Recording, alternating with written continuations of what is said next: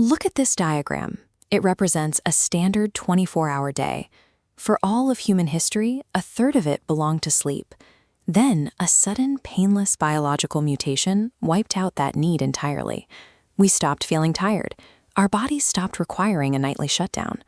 Almost overnight, humanity gained an extra 8 hours a day, extending our conscious lifespans by 33%.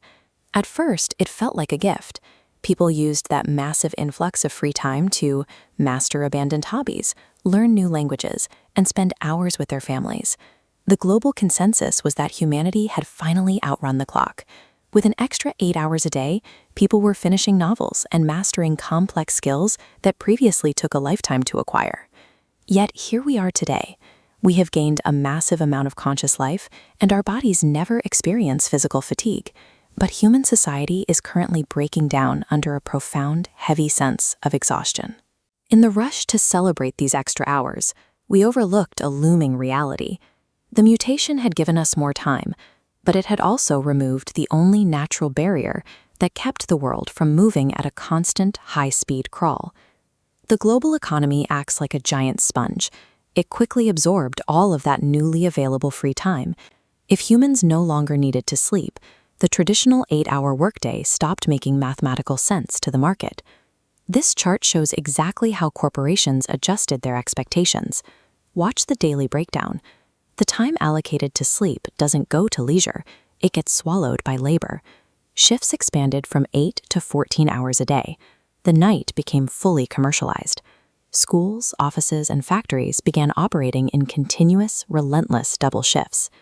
This economic shift physically altered our homes. Beds, mattresses, and blankets were hauled out to the trash.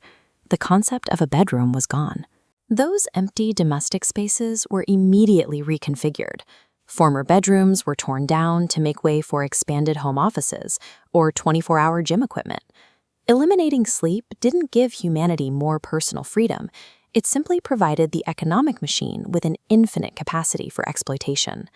But the physical world was only half the problem. Without the nightly shutdown, the mental boundary that separated yesterday from today completely dissolved. A new psychological crisis emerged. It's called fatigue of consciousness. This is a deep mental burnout that is completely distinct from biological tiredness. We lost the brain's internal reset button. For thousands of years, dreams served as a biological mechanism to process daily traumas, stress, and anxiety in the background. Deprived of that gentle pause of unconsciousness, human emotions turned raw. Every feeling became unmanageable and overwhelmingly intense. Time itself warped into one massive, unbroken string of events, an infinite sentence completely devoid of punctuation. We cured our physical limitations, but broke our psychological resilience in the process. Humanity was left drowning in an uninterrupted stream of reality. In a world that never stops moving, a bizarre societal extreme took shape. Total silence and absolute darkness became the most highly sought-after luxuries on Earth. This desperation to escape the relentless environment spawned a massively profitable sector known as the artificial rest industry. Look at this cross-section illustration.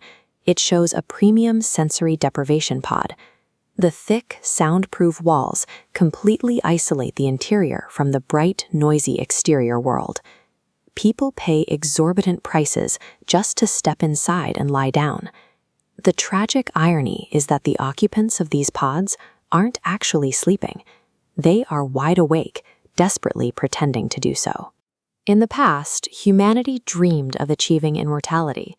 Now, our singular, burning desire is to simply turn the world off, even for a few hours. By removing sleep, we removed the partition that once separated one day from the next, leaving the mind to navigate an infinite, exhausting stream of consciousness. Humanity finally conquered time, only to realize that our greatest, most essential freedom was the ability to simply close our eyes.